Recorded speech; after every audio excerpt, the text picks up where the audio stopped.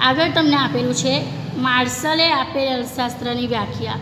તો આલ્ફ્રેડ માર્શલે 1890માં પોતાના પુસ્તક જોઈ લેજો। આલ્ફ્રેડ માર્શલે 1890માં પોતાના પુસ્તક પ્રિન્સિપલ્સ ઓફ ઇકોનોમિક્સ અર્થશાસ્ત્રના સિદ્ધાંતોમાં અર્થશાસ્ત્રની વ્યાખ્યા આપી છે। પણ માર્શલે પોતાની વ્યાખ્યા અલગ રજૂ કરી, એડમ સ્મિથે અલગ રજૂ કરી, કૌટિલ્યએ અલગ રજૂ કરી। તમારે બધાની જ વ્યાખ્યાઓ ધ્યાનમાં રાખવાની છે, બરાબર? ઓકે, કોઈને પણ પૂછાય છે કે માર્શલે આપેલી અર્થશાસ્ત્રની વ્યાખ્યા જણાવો, એડમ સ્મિથે આપેલી જણાવો, ઓકે, કૌટિલ્યએ આપેલી જણાવો। ઓકે, આલ્ફ્રેડ માર્શલે 1890માં પોતાના પુસ્તક પ્રિન્સિપલ્સ ઓફ ઇકોનોમિક્સ અર્થશાસ્ત્રના સિદ્ધાંતોમાં વ્યાખ્યા આપેલી હતી, જે આ મુજબ છે: અર્થશાસ્ત્ર માણસની રોજબરોજના જીવનમાં આર્થિક વ્યવહારોનો અભ્યાસ કરે છે, જેમાં તે ભૌતિક ચીજવસ્તુઓના વપરાશથી સુખાકારી મેળવે છે। આ હતું માર્શલે આપેલ વ્યાખ્યા। હવે એને સમજીએ આપણે તો માનવ પોતાની રોજિંદી જિંદગીમાં શું કરે છે? આર્થિક પ્રવૃત્તિ કરે છે। આ પ્રવૃત્તિના બદલામાં આવક મેળવી પોતાની જરૂરી ભૌતિક વસ્તુઓ ખરીદે છે। નોર્મલ વસ્તુ છે, આપણે કામ ધંધો શાના માટે કરીએ છીએ કે આપણને જોઈતી જરૂરી વસ્તુ ખરીદી શકીએ। આ ભૌતિક વસ્તુઓના વપરાશથી વ્યક્તિને સુખ મળે છે, આનંદ મળે છે। અર્થશાસ્ત્ર આ તમામ બાબતોનો અભ્યાસ કરે છે એવું માર્શલ કહે છે, બરાબર? ઓકે, આગળ સેમ્યુઅલેસે આપેલી અર્થશાસ્ત્રની વ્યાખ્યા તમને આપેલું છે। સેમ્યુઅલેસે આપેલી અર્થશાસ્ત્રની વ્યાખ્યા તો આપણે જોઈએ। વ્યાખ્યા: સમાજ કેવી રીતે પોતાના અછતવાળા સાધનો દ્વારા અર્થતંત્રની જરૂરિયાતોનું ઉત્પાદન કરે છે તેનો અભ્યાસ અર્થશાસ્ત્ર કરે છે। સમાજની પસંદગીઓ અને વહેંચણીના મુદ્દાને મહત્ત્વ આપ્યું છે। સેમ્યુઅલેસે આ રીતે સમાજની અછતવાળા સાધનો દ્વારા જરૂરિયાતો કઈ રીતે પૂર્તિ કરવી તેના અંગે ખ્યાલ આપેલું છે, બરાબર? તેને લગતી વ્યાખ્યા આપેલી છે। એની વ્યાખ્યા પરથી તારેલા મુદ્દાઓ જે નીચે પ્રમાણે છે। પહેલું જ છે અર્થશાસ્ત્ર માનવીના આર્થિક વર્તનનો અભ્યાસ કરે છે। બીજું છે તે વાસ્તવદર્શી છે। ત્રીજું છે તેની અભ્યાસ પદ્ધતિ વૈજ્ઞાનિક છે, બરાબર? હવે આગળ આપણે જોઈએ આર્થિક પ્રવૃત્તિ અને બિન આર્થિક પ્રવૃત્તિ। એમાં પહેલું આર્થિક પ્રવૃત્તિ શું છે તે તો માનવ પોતાની જરૂરિયાતો સંતોષવાના હેતુથી વસ્તુઓ અને સેવાઓના વિનિમય માટે આવક મેળવવાની કે ખર્ચ કરવાની પ્રવૃત્તિ કરે એટલે આર્થિક પ્રવૃત્તિ। હવે ધ્યાન રાખજો, પોતાની જરૂરિયાતો સંતોષવાના હેતુથી વસ્તુઓ અને સેવાઓના વિનિમય માટે એટલે કે લેવડ દેવડ કરીને આવક મેળવવાની કે ખર્ચ કરવાની જે પ્રવૃત્તિ કરશે તે શું બનશે? આર્થિક પ્રવૃત્તિ। જેમાં નાણાંની લેવડ દેવડ થશે એ ધ્યાન રાખવાનું। આવક મેળવવું કે ખર્ચ કરવું, કોઈ પણ વસ્તુ આપણે જો જીવનમાં જ આપણે કોઈ વસ્તુ જોઈએ આપણને તો ઓલવેઝ નાણાં ચૂકવીને વસ્તુ ખરીદવી પડશે, એટલે લેવડ દેવડ કરીને, બરાબર? એમાં આર્થિક પ્રવૃત્તિની અંદર 3 વસ્તુ ધ્યાનમાં લેવાય। કઈ વસ્તુ છે તો તે જોઈ લેવ તમે। આવક, ખર્ચ અને વિનિમય। શું? આવક, ખર્ચ અને વિનિમય। સરળ રીતે આર્થિક વળતર મેળવવાની પ્રવૃત્તિ એટલે આર્થિક પ્રવૃત્તિ, બરાબર? એટલે કે જેની અંદર આર્થિક એટલે નાણાંને લગતી પ્રવૃત્તિ હોય તે આપણી આર્થિક પ્રવૃત્તિ। અર્થોપાર્જન માટે કરવામાં આવતી પ્રવૃત્તિ, નાણાકીય વર્તનના હેતુથી કરવામાં આવતી પ્રવૃત્તિ એટલે આપણી આર્થિક પ્રવૃત્તિ। અર્થોપાર્જન એટલે કે જીવન ચલાવવા માટેની પ્રવૃત્તિ, બરાબર? અને નાણાકીય વળતરના હેતુથી જેના બદલામાં આપણે નાણાકીય વળતર મેળવવાનો ઉદ્દેશ હોય। એમાં તમને ઉદાહરણ આપેલું છે કે શિક્ષક શાળામાં ભણાવે, મેં અહીંયા આવું છું, તમને ભણાવું છું, એના બદલામાં પગાર મેળવું છું તો એ મારી આર્થિક પ્રવૃત્તિ બને। મજૂરી કરવા જાય, બરાબર? મજૂરનો બી ઉદ્દેશ હોય કે એ મજૂરી કરશે એટલે એને નાણાં મળશે, તો એ પણ એની આર્થિક પ્રવૃત્તિ બને। મજૂર માટે પોતાના અર્થોપાર્જન કરવા માટે મજૂરી કરવી જરૂરી છે અને નાણાકીય વળતર મેળવવા માટે પણ મજૂરી કરે છે। એમ જ મેં પણ શિક્ષક છું તો મેં મારા જીવન જરૂરિયાતની વસ્તુઓ ખરીદવા માટે એટલે કે મારું જીવન ચલાવવા માટે તેમજ નાણાકીય વળતરની અપેક્ષાએ શિક્ષણ આપું છું તમને, ઓકે? બીજું છે તમારું બિન આર્થિક પ્રવૃત્તિ। જે પ્રવૃત્તિમાં જરૂરિયાતો સંતોષવાનો હેતુ નથી હોતો, વસ્તુઓ કે સેવાઓના વિનિમય માટે નહીં પરંતુ દયા, પ્રેમ, સેવાભાવ, ઓકે? ધ્યાન રાખજો બિન આર્થિક પ્રવૃત્તિમાં दया, प्रेम, सेवाभाव, सहानुभूतिना हेतुथी करवामां आवे तेवी प्रवृत्तिने कई प्रवृत्ति कहेवाशे? बिन आर्थिक प्रवृत्ति। दाखला तरीके कोईने दान आपवुं, मंदिरमां पूजा करवी, भीखारीने भीख आपवी, माता पोताना संतानने ज्ञान आपे, मैं पोताना बाळकने पोताना घरे भणावुं तो ए बिन आर्थिक प्रवृत्ति बनशे। बिन आर्थिक प्रवृत्तिमां खर्च थाय छे पण सामे बदलानी अपेक्षा राखवामां आवती नथी। ओके, आ बे हतुं आर्थिक प्रवृत्ति अने बिन आर्थिक प्रवृत्ति।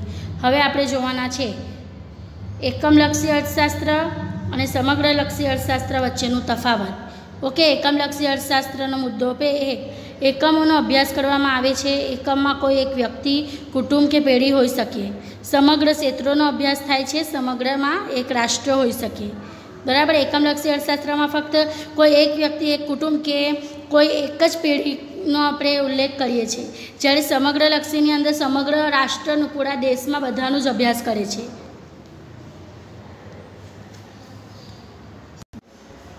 ओके, बीजू पॉइंट है तमारू कि मांगना विश्लेषण में एकम ग्राहक पुरवठा में पेढ़ी और राष्ट्रीय आवकना विश्लेषण में कोई एक राष्ट्र। बराबर, एटले कि आपणे मांगनु विश्लेषण करीए छीए एनी अंदर ग्राहक के पुरवठा में पेढ़ी होय कि केटलू एक पेढ़ी केटलू पुरवठानुं उत्पादन करे छे, अथवा तो मांग एक ग्राहक द्वारा केटला एकमनी मांग थाय छे, तो ये आपणा माटे एकमलक्षी अर्थशास्त्र। अने समग्र राष्ट्रना आधारे आपणे जो मांग अने पुरवठानो ख्याल मेळवीए तो ये आपणा माटे बनशे समग्रलक्षी अर्थशास्त्र। तमने अहींया पॉइंट आप्युं छे कि राष्ट्रीय आवक आखा देशनी आवकनो आपणे ख्याल मेळववाना छे।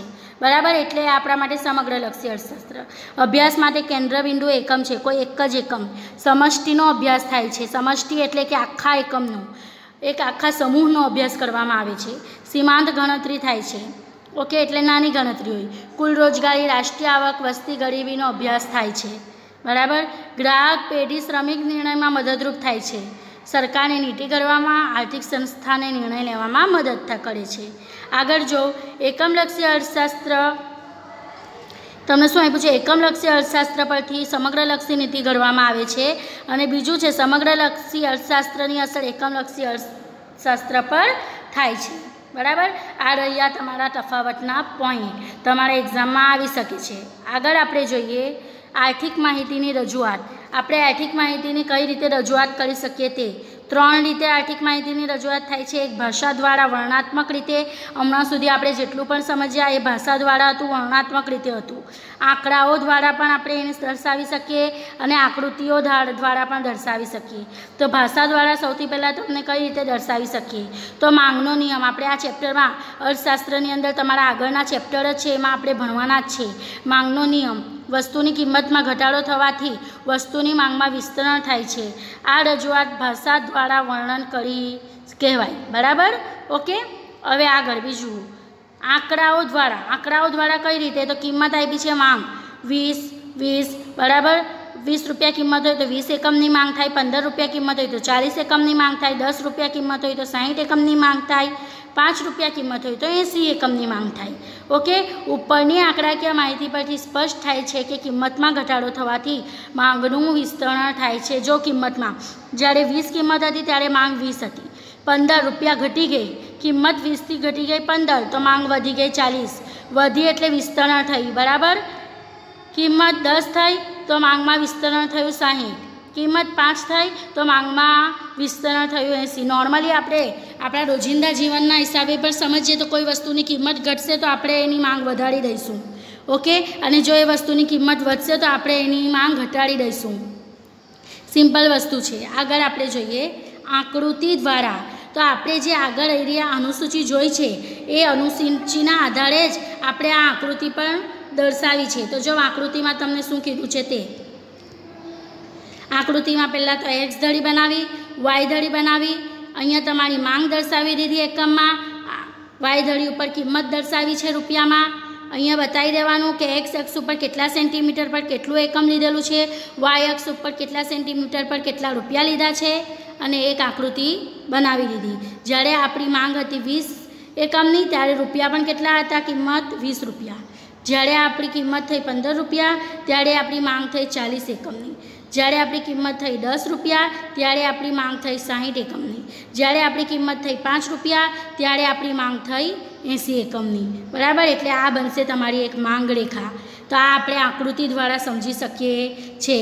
જો તમને નીચે આપ્યું છે કે આકૃતિમાં ઉદ્ગમ બિંદુથી જોતા ઉપરથી નીચે જતી રેખા એક જ બાબત દર્શાવે છે કે કિંમતમાં ઘટાડો થવાથી માંગમાં વિસ્તરણ થાય છે, બરાબર। ઓકે, હવે આગળ આંકડાકીય માહિતીનું મહત્ત્વ। આંકડાકીય માહિતી શા માટે અર્થશાસ્ત્રમાં જરૂરી છે? તો પહેલું, સિદ્ધાંતોની આધારભૂતતામાં વધારો થાય છે, બરાબર। આપણને ખબર પડે છે, આપણને જે આપણે સિદ્ધાંતો રજૂ કર્યા છે તેની આધારભૂતતા એટલે કે એ સાચો છે કે એની શું અસર છે તે આપણને ખબર પડે છે। જેમાં પોઈન્ટ 2, આર્થિક ચલ વચ્ચેના કાર્યકારણના સંબંધને તપાસીને સિદ્ધાંતો રજૂ કરી શકાય છે। કિંમત અને માંગ, વરસાદ અને ખેતી, નફો અને ઉત્પાદન। કિંમત કેટલી હોય તો માંગ કેટલી થાય, વરસાદ કેટલો હશે તો ખેતી કેટલી થશે, ઉત્પાદન કેટલું હશે તો નફો કેટલું થશે, બરાબર।